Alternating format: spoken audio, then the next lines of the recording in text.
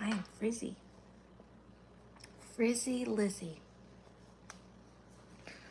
So, yesterday I took the day off from reading and I slept a little longer. Then our family went to the zoo. So, that was really nice. It's really beautiful outside now. It wasn't too hot, it wasn't too cold. So, we had a good time. And then today is my husband's birthday. Happy birthday, Steve. That's his name. He doesn't really like birthdays, but I do. So he doesn't want to make it a big deal, but I do want to make it a big deal. Just because people deserve to be celebrated, you know, and to have a special day where they are honored and loved. That's my opinion about birthdays. Let's read yesterday and today. So February 28th and March 1st. So we have a lot to read.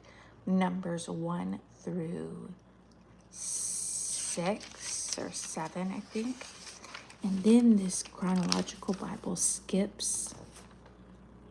Yeah, it skips 7, 8, and 9 because it's going chronologically. And I don't know where those pick up. But then we're going to read chapter 10.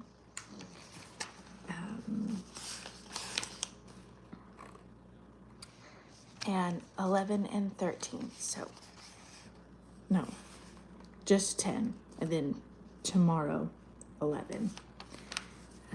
So, let's get started. We have a lot to read today. We have 2 days worth to read today. So, let's begin. Numbers chapter 4 is guesstimated to be around 1445 BC. Then the Lord said to Moses and Aaron, record the names of the members of the clans and the families of the Kehathite division of the tribes of Levi. List all of the men between the ages of 30 and 50 who are eligible to serve in the tabernacle. The duties of the Kohathites at the tabernacle will relate to the most sacred of objects. Good morning, everybody. We are in Numbers 4. When the camp moves, Aaron and his sons must enter the tabernacle first to take down the inner curtain and cover the Ark of the Covenant with it. Then they must cover the inner curtain with fine goatskin leather and spread over that a single piece of blue cloth.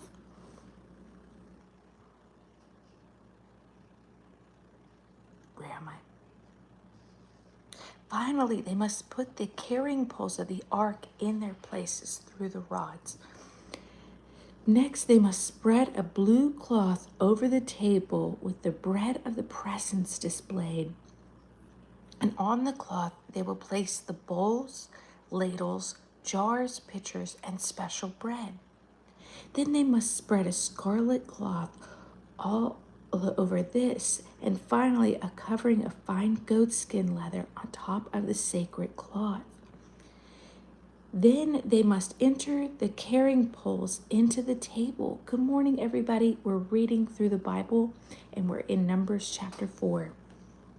Next, they must cover the lampstands with a blue cloth along with the lamps, snuffers, trays, and special jars of olive oil. Then they must cover the lampstands and its special accessories with fine goatskin leather and place the bundles on a carrying frame. Next, they must spread a blue cloth over the gold incense altar and cover the cloth with the goatskin leather. Then they must attach the carrying poles into the altar. They must take all the remaining furniture of the sanctuary and wrap it in blue cloth. Then they must take all the cover with fine goatskin leather and place them on the carrying frame. They must remove the ashes from the altar for sacrifices and cover the altar with a purple cloth. All the altar utensils, the fire pans, meat forks, shovels, basins, and all the containers must be placed on the cloth, and a covering of fine goatskin leather on top of that. Finally, they must put the carrying poles in their place.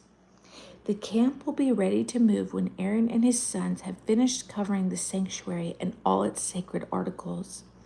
The Kohathites will come and carry these things to the next destination. So the Kohathite clan is within the Levite tribe. It's a section of the Levite tribe. The Kohathites, but they must not touch the sacred objects or they will die. So they are the things from the tabernacle the Kohathites must carry. So they're touching the carrying poles. They're not actually touching the altar and its pieces. Eleazar, son of Aaron, the priest, will be responsible for the oil of the lampstands and the fragrant incense, the daily grain offering, and the anointing oil. In fact, Eleazar will be responsible for the entire tabernacle and everything in it, including the sanctuary and its furnishings. Then the Lord said to Moses and Aaron, "Do not let the Kohathite clans be destroyed from among the Levites. This is what you must do so that they live and do not die when they approach the most sacred objects. Aaron and his sons must always go in with them and assign a specific duty or load to each person. The Kohathites must never enter the sanctuary to look at the sacred objects for even a moment or they will die." So they need supervision by Moses or Aaron's son. The duty of the Gershonite clan, so that we're still talking about clans within the Levites tribe.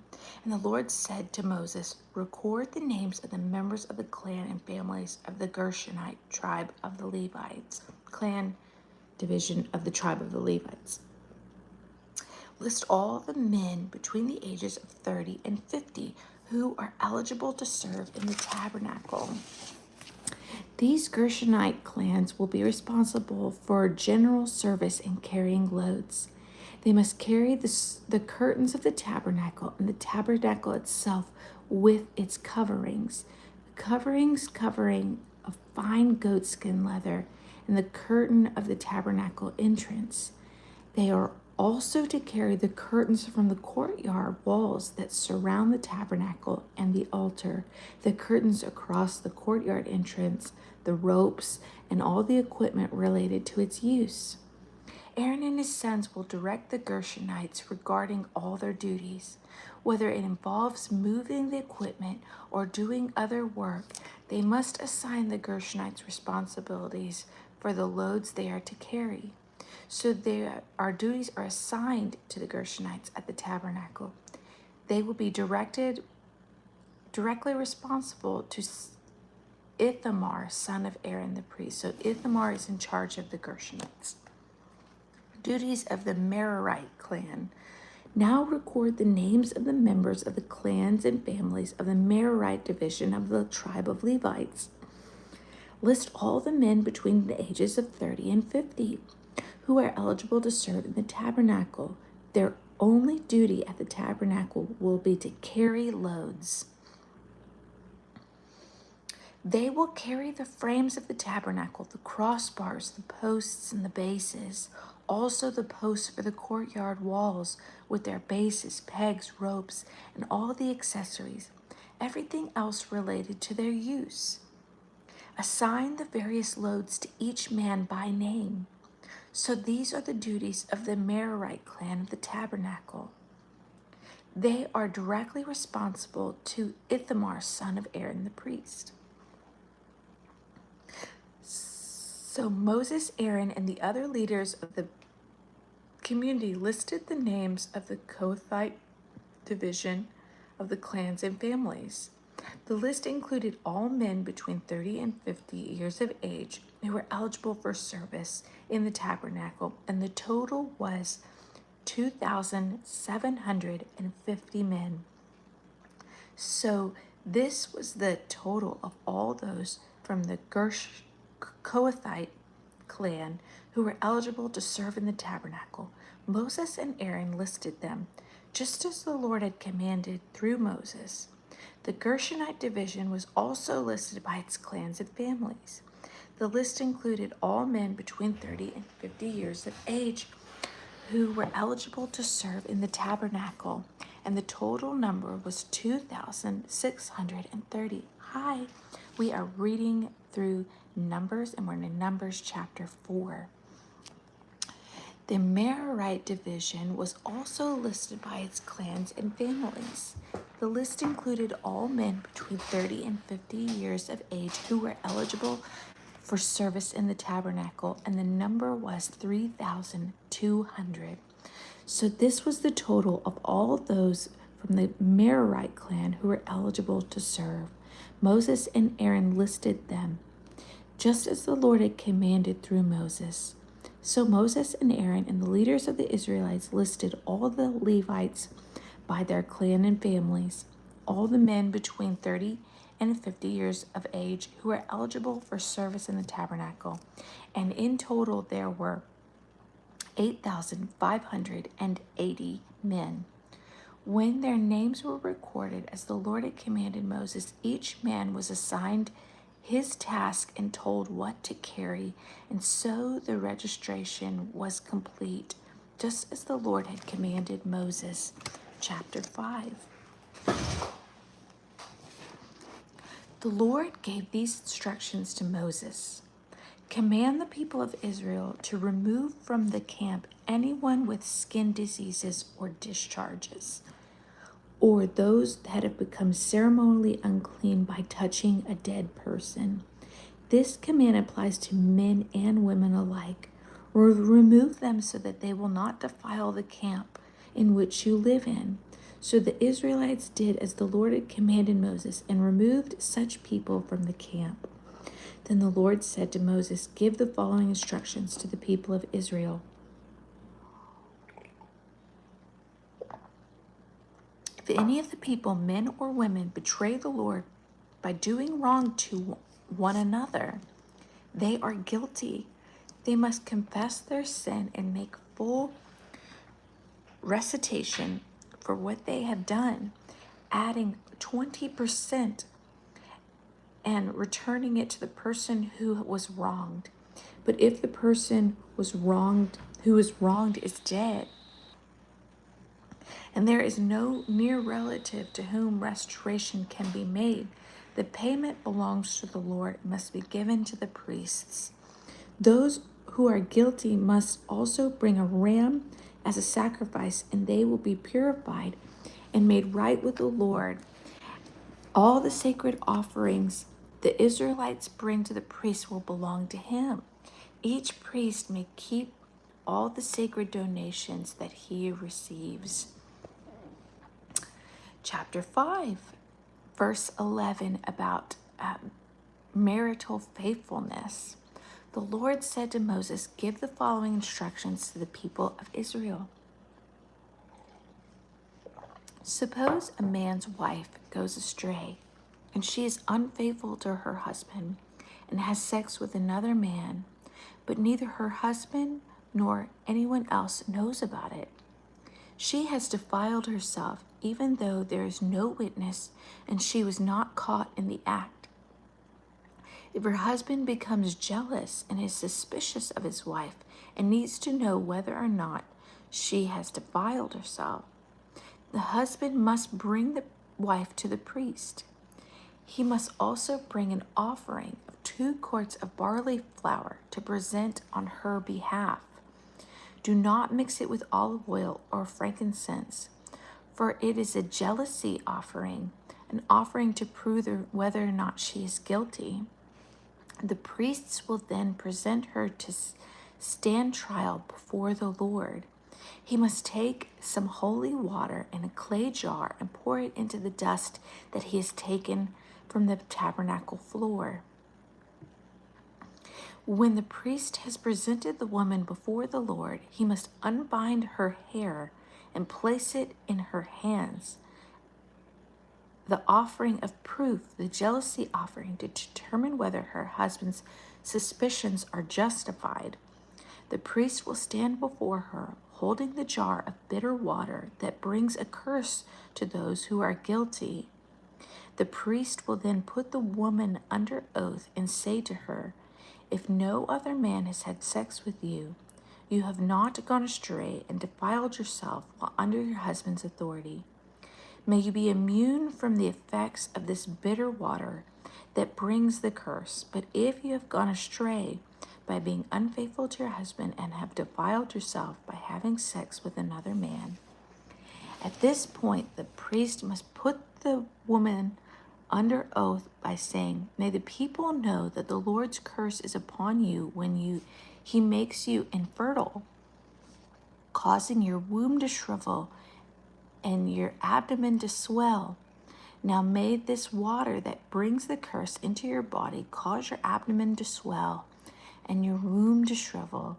And if the woman will be required to say, "Yes, let it be so," and the priest will write these curses on a piece of leather and wash them off into the bitter water. He will make the woman drink the bitter water that makes the curse. Then the water enters her body.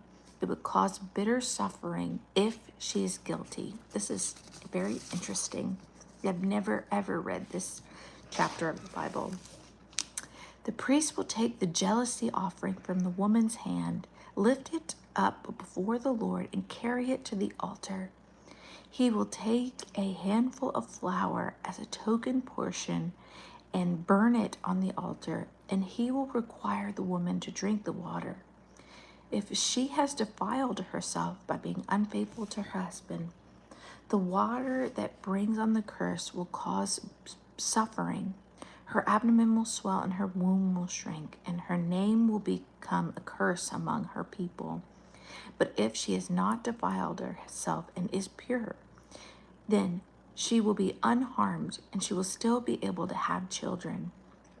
This is the ritual law for dealing with suspicion of adultery if a woman goes astray and defiles herself while under her husband's authority, or if a man becomes jealous and is suspicious of his wife that she has been unfaithful. The husband must present the wife before the Lord, and the priest will apply the entire ritual law to her.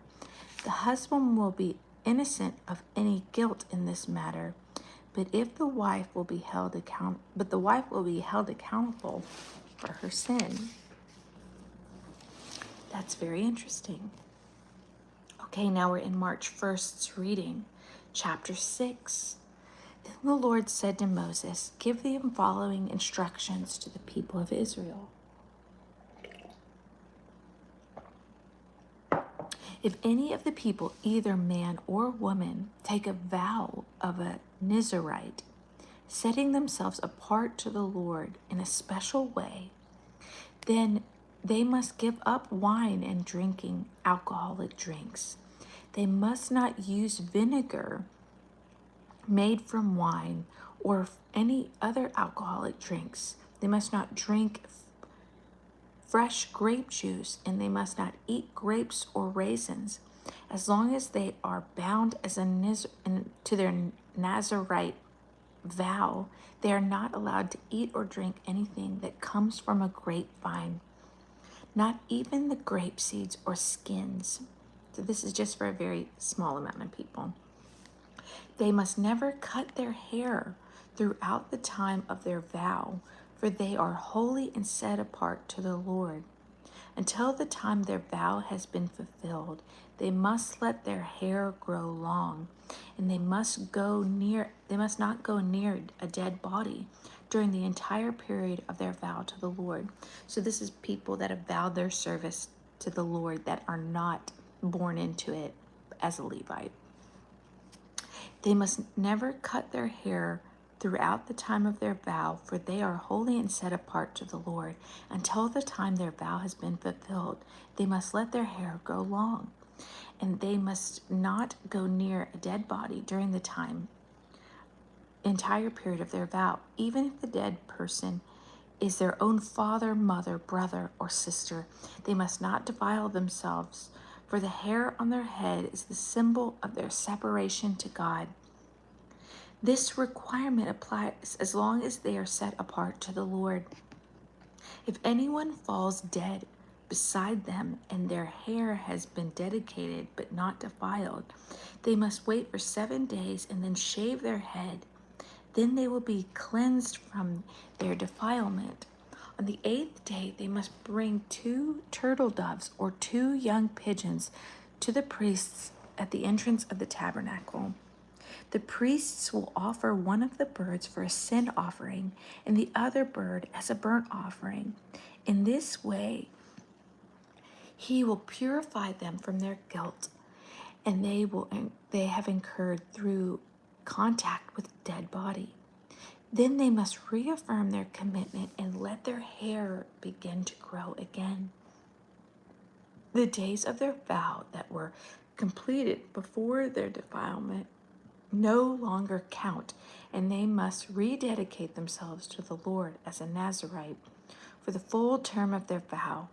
And each must bring a 1-year-old male lamb as a guilt offering.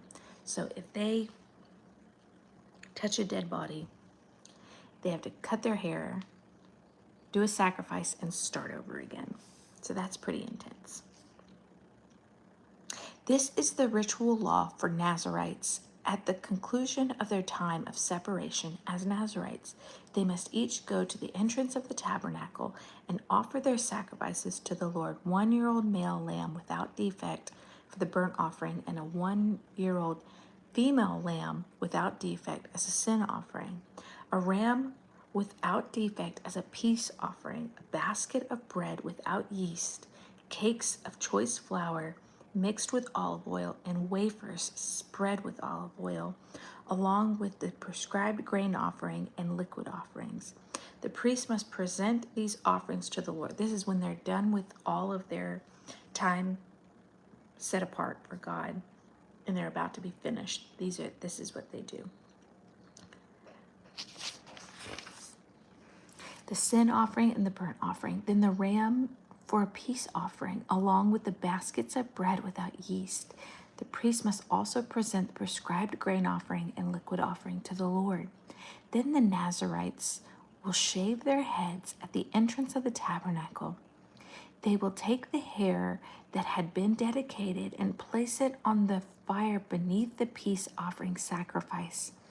After the Nazirite's head has been shaved, the priests will take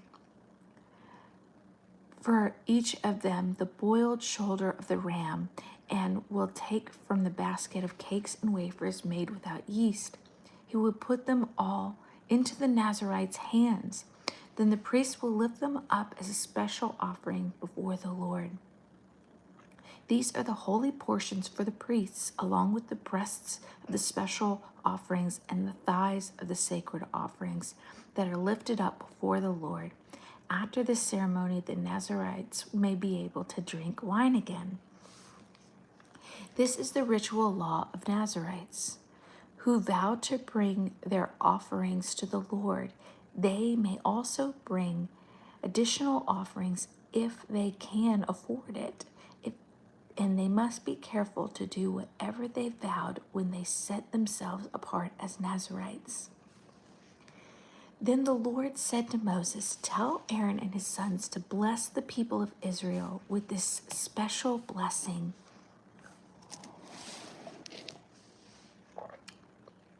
May the Lord bless you and protect you.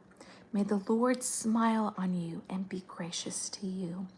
May the Lord show his favor and give you his peace." I love that blessing. Whenever Aaron and his sons bless the people of Israel in my name, I myself will bless them. That's beautiful. Chapter 10. Now the Lord said to Moses, "Make 2 trumpets of hammered silver for calling the community to assemble, and for the signaling of breaking of camp. Then both trumpets are blown when everyone must gather before you at the entrance of the tabernacle. But if only one trumpet is blown, then only the leaders and heads of the clans of Israel must present themselves to you. When you sound the signal to move on, the tribes camped on the east side of the tabernacle must break camp and move forward. When you signal a second time, the tribes camped on the south side will follow. You must sound a short blast as a signal to move on, but when you call the people to assemble, blow the trumpet with a different signal, so like a long blast. Only the priests, Aaron and his descendants, are allowed to blow the trumpets. This is a permanent law for you to be observed from generation to generation. When you arrive in your land and go to war against your enemies who attack you, sound the alarm with trumpets. Then the Lord your God will remember you and rescue you from your enemies. Blow the trumpets in times of gladness, too. Sound them at your annual festivals and at the beginning of each month. And blow the trumpets over your burnt offerings and peace offerings. The trumpets will remind your God of his covenant with you. I am the Lord your God. Israel left Sinai just less than a year after arriving there. From this point forward, Numbers spans just under 40 years. So more history happened in 7, 8, and 9 that doesn't relate to what happened next in history. So it's somewhere later. So we are skipping to chapter 10 of Numbers because that's the next thing that happened chronologically. Chapter 10. In the second year after Israel departed from Egypt, in the 20th day of the second month, the cloud lifted from the tabernacle of the covenant. So the Israelites set out from the wilderness of Sinai and traveled on from place to place until the cloud stopped in the wilderness of Paran. When the people set out for the first time, following the instructions the Lord had given Moses, Judah's troop led the way. They marched behind their banner, and their leaders were Nathshon, son of Amminadab. They were joined by the troops of the tribe of Issachar, led by Nathaniel, son of Zuar, and the troops of the tribe of Zebulun, son of Eliab and Helon. Then the tabernacle was taken down, and the Gershonites and Merarites, divisions of the Levites, were next in line to march. Those are the ones responsible for carrying the tabernacle pieces when they were traveling. The Levites were next in line to march, carrying the tabernacle. Reuben's troop went next, marching behind their banner, and their leader was Eleazar, son of Shedeur, and they were joined by the troops of the tribe of Simeon, led by Shelumiel, son of Zurishaddai, and the troops of the tribe of Gad, led by Elisaph and Deuel. I don't know. Next came the Kohathite tribe and the Levites, carrying the sacred objects from the tabernacle. Before they arrived in the next camp, the tabernacle would already be set up at its new location. Ephraim's tribe went next, marching behind their banner. Their leader was Elishama, son of Ammihud. They were joined by the troops of the tribe of Manasseh, led by Gamaliel, son of Pedazur, and the troops of the tribe of Benjamin, led by Abidan, son of Gideoni.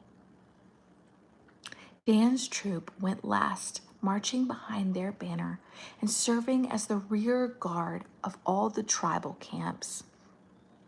Their leader was Ahiziyar, son of Ammishaddai. They were joined by the troops of the tribe of Asher, led by Pagiel, son of Ochran, and the troops of the tribe of Naphtali, led by Ahira, son of Enan. Whew. This was the order in which the Israelites marched in the division by division. I finished all those big names. One day, we have one more paragraph. One day Moses said to his brother-in-law, Hobab, son of Ruel, the Midianite, "We are on our way to the place the Lord promised us, for he said, 'I will give it to you.' Come with us, and we will treat you well, for the Lord has promised wonderful blessings for Israel." But Hobab said, "No, I will not go. I must return to my own land and family." So this is his wife's brother. "Please don't leave us," Moses pleaded. "You know the places in the wilderness where we should camp. Come be our guide. If you do, we'll share with you all the blessings the Lord gives us."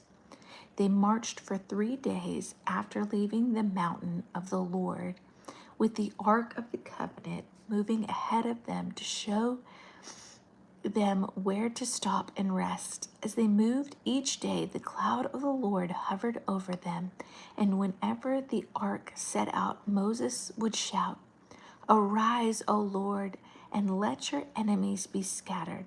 Let them flee before you." And when the ark was set down, he would say, "Return, O Lord, to the countless thousands of Israel." Ooh, we read so much today. I shouldn't take days off, should I? Because it makes the reading so much longer when I have to read 2 days in a row. Anyways, let's review what we learned. We learned who was in charge of carrying what. We learned about what to do when your wife is unfaithful. I thought that was very interesting. We learned about the Nazarite, people that take the Nazarite vow, and that we learned about the very first time that the Israelites leave Mount Sinai, not knowing that they're going to be in the wilderness for 39 more years, but thinking, "Oh, we're on our way to the promised land right now." Their very first time that they did the big move post Mount Sinai. So let's pray. I want to pray this blessing over you from Numbers 6:22 through 27, and that will be our prayer today. I hope all of you are part of a Bible-believing church and have a great day at your Bible-believing church today. If you're not, just find one. It's scary to go into a church that you don't know anybody, but the only way to get to know people is to go and introduce yourself and feel uncomfortable for a few minutes, and then just keep doing it every Sunday over and over again until you're known and you know people. So let's pray. May the Lord bless you and protect you. May the Lord smile on you and be gracious to you. May the Lord show his favor and give you peace. Amen. I'll see you tomorrow. Bye.